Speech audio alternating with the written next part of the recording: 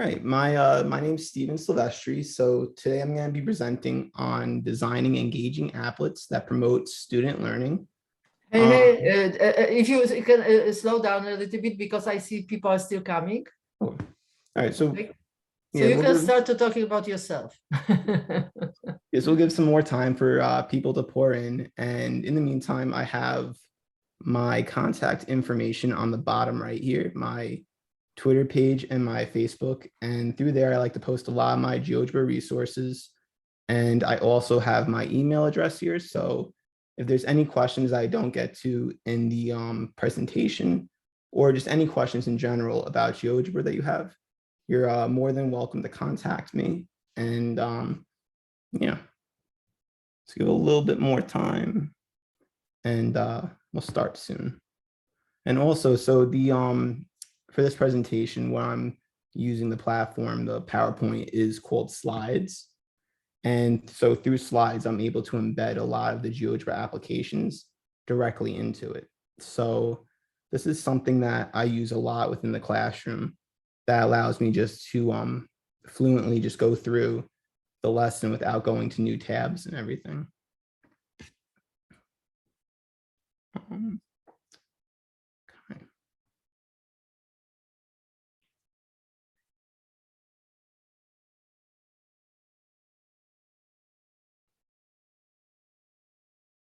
All right, so looks like we'll get started here. So again, if you just joined here, my name's Steven Silvestri. So I recently received my bachelor's degree in mathematics with a concentration in adolescent education from St. Joseph's College, Patchogue, New York. And so a little background about how I got involved with GeoGebra is that I was first introduced to GeoGebra about 2 years ago in a course taught by Dr. Donna Marie Pirich at St. Joseph's College. And so I was fascinated by GeoGebra's interactive and dynamic features and immediately just saw the value that GeoGebra could bring into the classroom. So then I decided just to invest more time into learning more about GeoGebra. And it was actually in that course where I was shown a couple of Tim Brzezinski's creations, which inspired me to get involved more with this. And so today I'm going to be demonstrating a few activities that I created with GeoGebra. And for each of these activities, I'm going to discuss different research-based principles of educational technology found to promote student learning. So I figured the best place to start is with one of my earliest creations regarding the triangle angle sum theorem. So also with the layout of how my presentation goes here, I have a QR code with on the title page of each application that you can scan that with your camera app and it will bring you right to the GeoGebra page that contains the application on it. But for this presentation, I have them all embedded within the slides. So for this first one, we have the principles I really wanted to think about when designing the application is interactive and dynamic visuals, a low floor and high ceiling, digital manipulatives, empirical learning, and multiple solutions. So here we have our, here's the first part of the activity here. And so the main point of this activity was for students to prove the triangle angle sum theorem. But I was thinking rather than for students to jump right into proving it, for there to be some type of launch to the task where students be convinced of the theorem before they wanted to prove it with actual mathematical definitions and angle relationships. So here we can show this animation, and it just has the angles being moved around the screen here, all being aligned against this straight line here. And now to make this task open to all students can access this activity, I asked the question, what do you notice and what do you wonder? So already students can see, well, all the angles in the triangle align perfectly on this line. And also a line has 180 degrees. So some students may wonder, well, does that mean that a triangle has 180 degrees? So a nice way to convince the student before they actually go to proving it, because with geometric proofs, the way I always like to think about it is that you're arguing a point and you want to believe in what you're arguing if you're going to win that argument. So right here, I provide an opportunity, another application here, where students get to really explore the different angle relationships that can be used to prove the theorem. So we have digital manipulatives here as angles, and the students can drag these around by clicking on the vertice, and they can rotate it accordingly. And also, cool little thing about this is with GeoGebra, just the nature of GeoGebra, is this angle here was created dependent to the original angle. So my manipulative angle is created dependent to the angle in the triangle. So if I change the triangle, it should change dynamically the manipulatives. So first here we can say a vertical angle. And from this vertical angle, we can say that we have corresponding angles right here. So that's one way of getting that angle there. And, or you could say with this blue angle, you have alternate interior angles. So you place the vertice there. And that would be one way of proving the triangle angle sum theorem. Now there's also other ways. There's tons of solutions here. Students could say, they could use this alternate interior angle here, but then they could also say just the corresponding angle with that original red one there being right here. So another way to show that all the angles fit along the line perfectly. So, so that's one way of really just showing the interactive and dynamic nature to engage learners and really build on their conceptual understanding. So now with our next applet here, we have Numble. So Numble is a recent one that I created, and it was inspired by the game Wordle. Now, when playing Wordle, I was just thinking this is sort of like an open middle problem, but with words. So I thought, well, why not recreate recreate Wordle, but with numbers. So basically what I have is the opportunity to enter addition sentences, and the student can enter any true addition sentence that they like as a starting point, just like in Wordle, how you can enter any true word. And also there is over 10,000 different puzzles, a new puzzle each day that students can work on. So Numble should last for about 30 years of new puzzles. And so yeah, so just to demonstrate how this game works, for those not familiar with Wordle, is so we enter any true number sentence. So we can say 12 plus 34 is 46. And now the gray digits tell us that the number is not within the addition sentence. The yellow means that it is within the addition sentence, just the wrong location. And the green means that it's the exact spot. So what I think is kind of cool about Numble here is that it uses a lot of the same skills that are, a lot of the same thinking skills that are used for solving proofs. The idea that you use information that's in the prior line, and you use that information to make a more informed decision. So here I know that I want to use a 1 and 2. I know that this is a 4. And well, the only possible digits here is 0 through 9. So 99 plus 99 is 198. So that's the highest sum. So if it's not a 0, I know the sum has to be at least 100. So we can say 61 plus 81 is 142. And then from there, we could say 85 plus 62 is 147. So actually one of the, so a teacher that I work closely with had actually used this as a do now activity as a way to engage students, possibly even before the bell rings, knowing that each day they have their daily Numble to solve.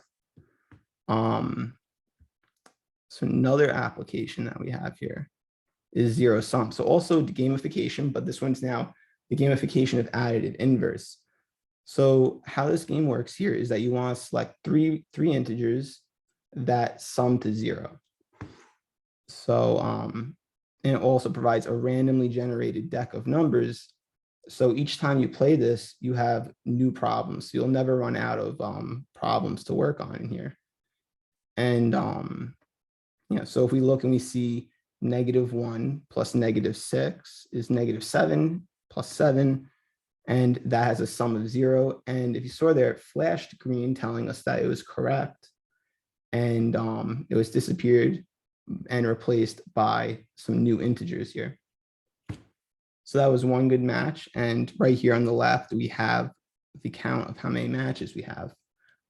So by doing that too, by counting how many matches the student has in this 2-minute time limit, students are encouraged to try to beat their own high scores, really promoting a growth mindset, having them focus on fixing mistakes and improving and getting more and more matches within the 2 minutes. And also, so now if let's say you did a incorrect, let's do one more correct one. We'll do -5 and 5 and 0. And so that worked. But let's say we did one that was incorrect, like -4, 4, and 7. So that there turned red, telling us that that was not a correct solution. So this one is really cool for having students discover different, taking additive inverse to another level with now working with 3 integers. And now with this one still additive inverse, but this one's now more of a real world application and also cross-curricular, working with 7th grade science and 7th grade math combined. So it also provides immediate correctness feedback as well. So here we've got a selection of different elements on the periodic table, and the student can see, they can choose whatever element they want to work on. So let's say we choose carbon. And so now an atom has a neutral charge. And so neutral charge meaning its net charge is going to be 0.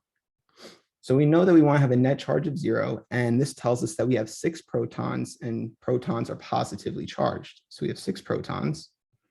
And our mass number is our protons plus neutrons. So 12 minus 6 is just going to give us 6. So we're going to have 6 neutrons, and neutrons are neutrally charged. And we can see right here how the net charge is responding to the amount of protons. And now if we add electrons here, if we want a neutral charge, we have to add 6 negatively charged particles to match the number of protons. So +6 plus a -6. So give us a net charge of 0. And there we have our immediate feedback with a nice little animation at the end to celebrate the correct answer. So excuse me, Stephen, people are asking about link to your presentation, or how we can access what you are showing. I do have. Is it? So for the presentation, it's on, let me see, I might be able to share a link. Wonderful, in the chat. Okay, sorry about that.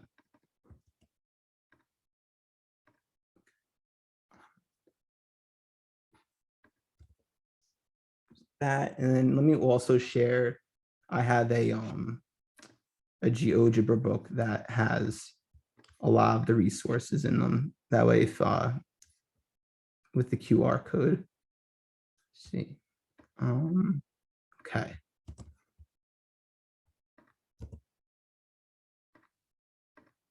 So that's the GeoGebra book, and then let me resend the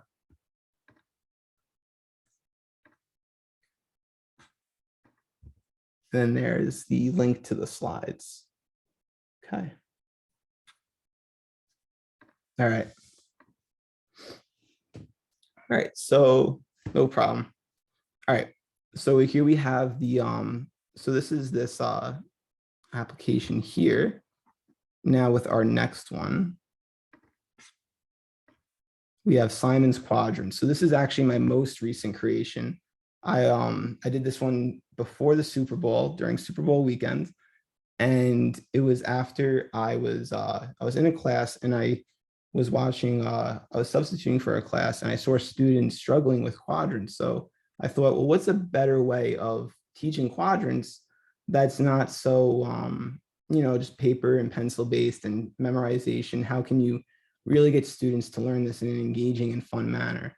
So I thought, well, let's, if we can gamify the concept and if we can differentiate it according to all the students' readiness levels so that all students can engage in the activity and they can level up at their own level, at their own pace, then it would benefit all the students. And then also immediate correctness feedback, randomly generated problem sets, and it also promotes growth mindset. So how this one works here is that we have 3 levels. We have level 1, where if you're given the quadrant and you want to identify the quadrant.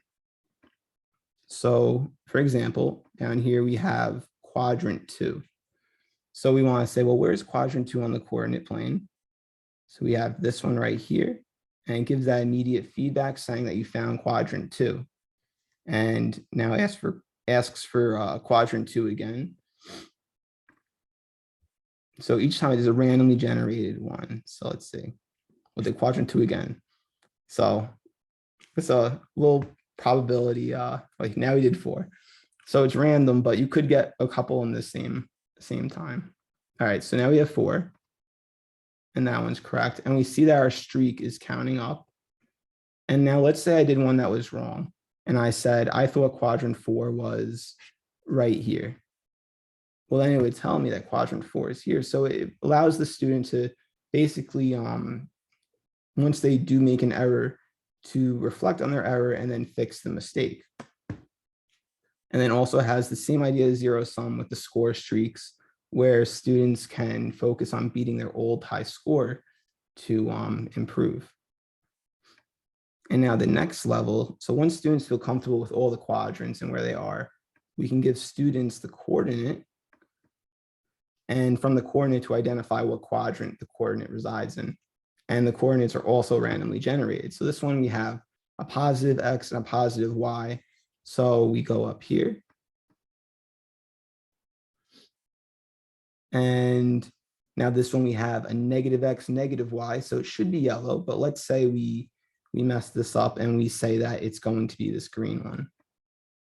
And the same idea that the yellow is going to tell you that it was supposed to be the 3rd quadrant by flashing it. So it allows the student to improve upon that.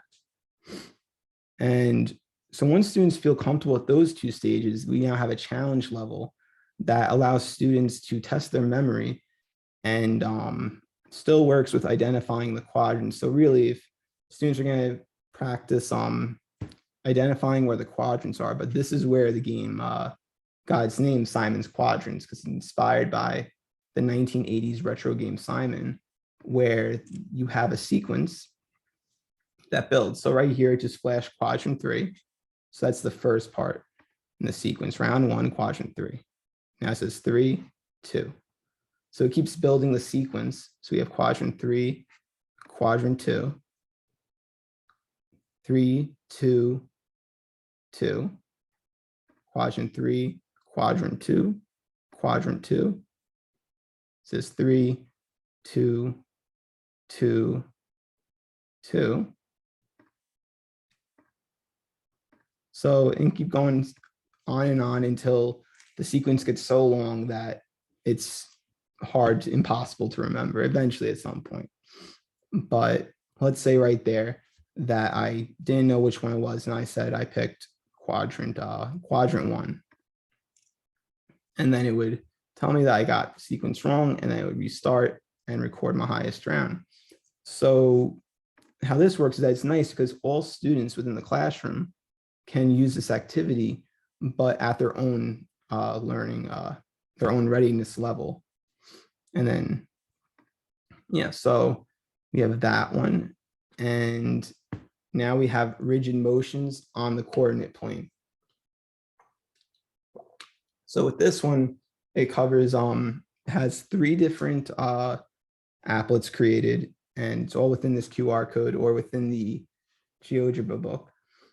And so this one involves interactive and dynamic visuals that work to build the students' conceptual understanding. And also it has immediate correctness feedback.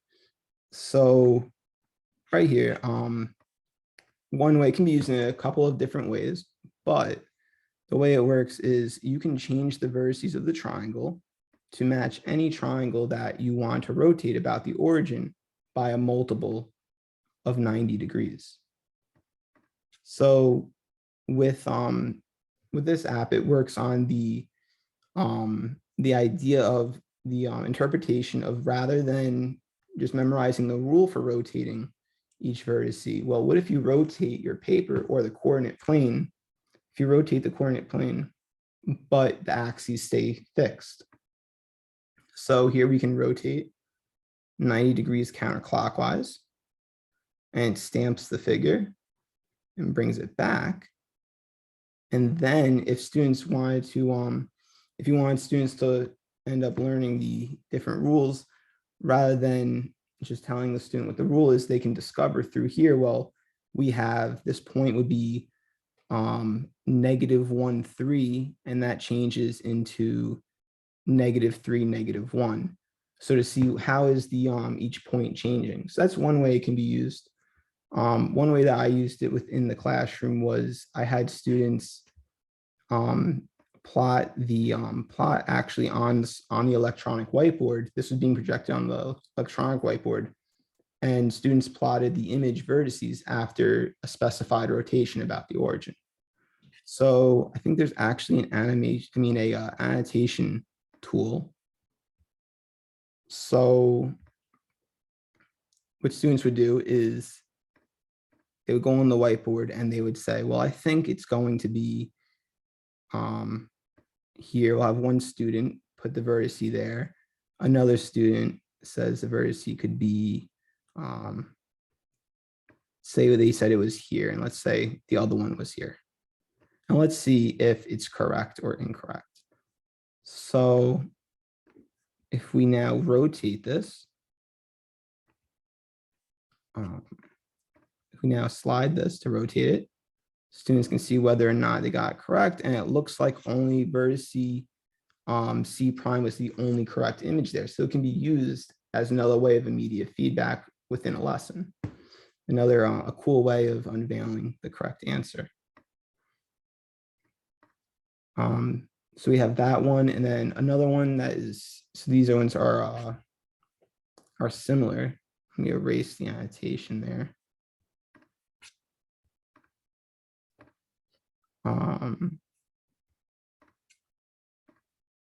Okay, so another one that's similar now has to do with translations, where you're translating the object, and we now provide vectors to illustrate this. And also now this, another cool feature about, I kind of show this a little bit with the angles in the triangle sum theorem one, but with this, since this triangle, the image is dependent upon the pre-image here, if I move this figure, the image figure is going to respond to the pre-image. Same thing with the vertices. And now we have our third rigid motion, reflection. So this one we can turn on reflection, and we can also show the equidistant lines. And this can also be used as a way to also to teach lines the axis of symmetry. So if you have two right triangles that are against each other with the line of reflection along the along this leg here, if they both share this line segment, the two right triangles can form an isosceles triangle. Okay, so continuing with rigid motions, now we have Geotetris. So this is another new one that I created. It revolves around gamification and has multiple solutions and digital manipulatives and low floor and high ceiling. So for this one, the idea really just came out when I was thinking, I was playing Tetris, and I was thinking, well, this is pretty much rigid motions, more or less. You have, well, two out of three rigid motions. You have translations and you have rotations. So I was thinking, well, why not create a version of Tetris that really brings out the geometry and reveals this to the students So they're playing Tetris, but they're really focusing on the mathematical aspect of it. So here we have just the instruction page where students are told how they can play. So the arrow keys allow you to move the digital manipulative around. And if you click the shift key and the arrow key, you can rotate it clockwise, or you can rotate it counterclockwise. And then we got various levels that increase within difficulty. So here's the part that focuses on the mathematics behind it, is that students are describing a sequence of rigid motions that's going to map the pre-image of the Tetris piece onto its image. So students can say, they'll translate to the right 1, 2, 3, 4, 5, 6 units to the right. And then you could say you translate down by 19 units. 1, 2, 3, 4, 5, 6, 7, 8, 9, 10, 11, 12, 13, 14, 15, 16, 17, 18, 19. And then it counts up a score. So that's just one way of doing it. But what's cool about sequences of rigid motions is that just inherently it has multiple solutions to it. A student could say that they want to translate down first by 19 units and then translate to the right. Can I just because someone there's discussion in the chat. Question is, are you doing this all in GeoGebra? Yes. Yep. So all these applications are through GeoGebra. So what I'm using right now is something called slides.com that allows you to embed the GeoGebra activity right within the slides. So you never have to go to different links.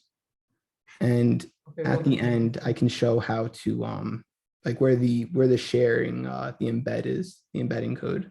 Okay, but the most question, I think question was, are these activities done in GeoGebra? Oh, yes. Yes. short answer. Okay, that's clarified. Thank you so much, Stephen. Amazing.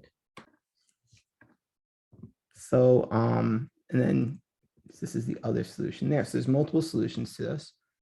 And then we got level 2, and so level 3, and each level just builds on the next, increasing in difficulty. So this one involves now a rotation.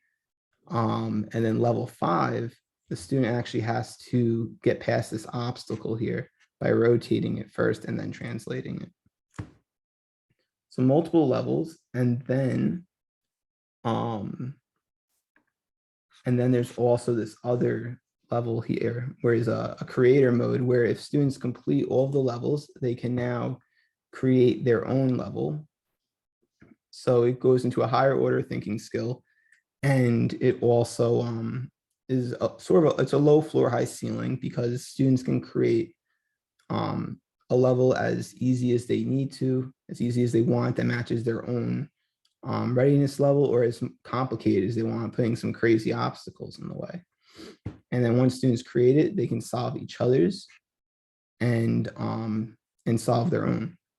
So here we have in our toolbar the different pieces. So you can just kind of lay them around here, and you can create your own custom Tetris board.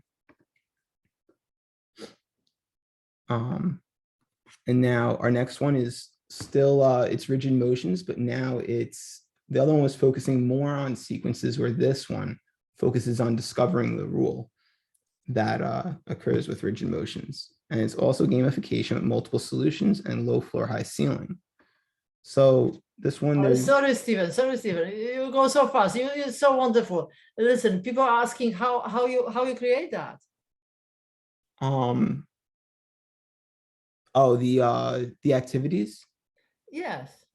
Mm-hmm. Just a little peek in your workshop. Let's see. Well, with these at the end, I was going to create one of them, but let's see. So you can kind of look into the code here. And if you open an app, so how I'm creating all these though is if you go to geogebra.com, geogebra.org/classic.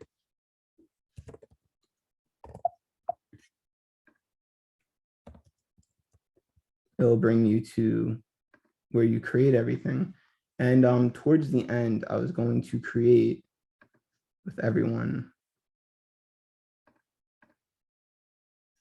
this second one here, because this one's pretty simple to create, but is really rewarding with Okay, we can wait. Thank you so much. Thank you. Little peek, short peek. Thank you.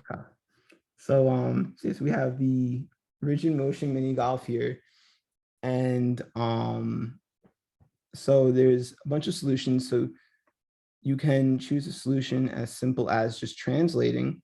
You can go -2 to the left, and then you can go and shift it up by, translate up by 6 units. And it's going to say you got a bogey because now it says that the par is 1. So that's one solution. But if you want more, a solution that's looking for, well, we can translate 2 to the left and go up by 6 in the same exact transformation. Or what we could do is we could rotate about this point 90 degrees counterclockwise. And so I'll show that there. And also now I'm going to just go back into the GeoGebra book to show this one, because this one actually has, so I have questions here to guide this activity where students are asked to establish a rule for rotating a 90 degrees counterclockwise rotation around the origin. So it focuses more so on establishing the rule with each hole following a different rule. So this one's 180 degrees. And if we go hole 4, we've got reflecting over y equals x. So they all focus on a different rigid motion and their rule. So we have that for the mini golf. And then we have, still in the realm of sports, we got vector football. And vector football is also following along with gamification, interactive, dynamic visuals, and immediate correctness feedback. So all these things are things I think about when creating the application to engage the student and to really promote learning. That so the immediate feedback is really helpful. Just because if students are, for example, doing work at home and they're not given immediate feedback, then they may have to wait the entire next day to go into class to find out whether they got the concept or if they made a bunch of mistakes and repeated the same mistake over and over again. And also not only that, but also the providing immediate correctness feedback, or just immediate feedback in general, can also save some class time where students know already what problems they really need to go over, or if they were able to understand it from the feedback itself. So here we have the vector football, and this has various routes. And so this one pertains to so vector displacements with increasingly difficult routes. So if we look at this one here, what students would do is they would try to find out what the passing distance would be in the direction of the pass. So really what they're finding is the resultant of the vectors. So here, if they, let's say if they entered, so students would do the math, and then once they do the math, they would enter their answer here. So let's say they do 34.2 yards, and the direction of their pass is 52 degrees. And we say down set hut, the receiver runs, quarterback drops back, throws the pass, and you get immediate feedback telling you that it was an awesome pass. Or if, let's say, we mixed those up and we said it was 52 yards and it was 34 degrees this time, what would happen is it would run the animation and it would throw the pass, but it would be way off out of field. So it would be incomplete. So it provides immediate feedback in that sense there. And also another part of this application is the whiteboard view, where it takes the problem off of the football field, brings it onto the whiteboard, And students can really conceptualize that what they're doing is they're really just creating a right triangle where they find the net x and the net y. So that's that one. And now this is the last one that I'm going to show here before we start creating some. Well, actually, it looks like we're running out of time, but I did at the end of this, I do have a link to some walkthrough tutorials that go step by step, a PDF with those. And but with this one here, we have optimizing coverage security cameras. So this estimates area, and it's a real world application with interactive and dynamic visuals and immediate correctness feedback. So here you want to, the objective of this activity is to move the security camera around and to see what the most optimal location is, where the security camera can see the most of the store. So the student can move this around, and then they want to estimate the area. So we can see that we have that this part of this square plus this part, that looks like it could form 1 square unit, and the same thing on the other side. So they can estimate 2 square units, and then they can check their answer by calculating it, and it also provides the percentage. And now if you move this camera location around, it changes the calculation, it responds to it. So in summary, these are all the different principles that, depending on what the application is, which one fits them best, that I try to, that I think about when creating the application to best promote learning. Gamification is a huge one that, if you're really interested in that, I would definitely stay. And you definitely want to watch Rob Pontecorvo's session, because he's going to go really into gamification and in depth on that. And yes, then we also, differentiation is also another key one that I try to include, and randomly generated problem sets. And of course, the interactive and dynamic nature, which is just natural to GeoGebra, what makes it so nice. So yeah, so if you want to start building your own applets, I have some walkthrough tutorials on a PDF here that, and then through that, you can follow through each step. And if you have any questions with those, definitely ask me questions. I have my email here again. And thank you.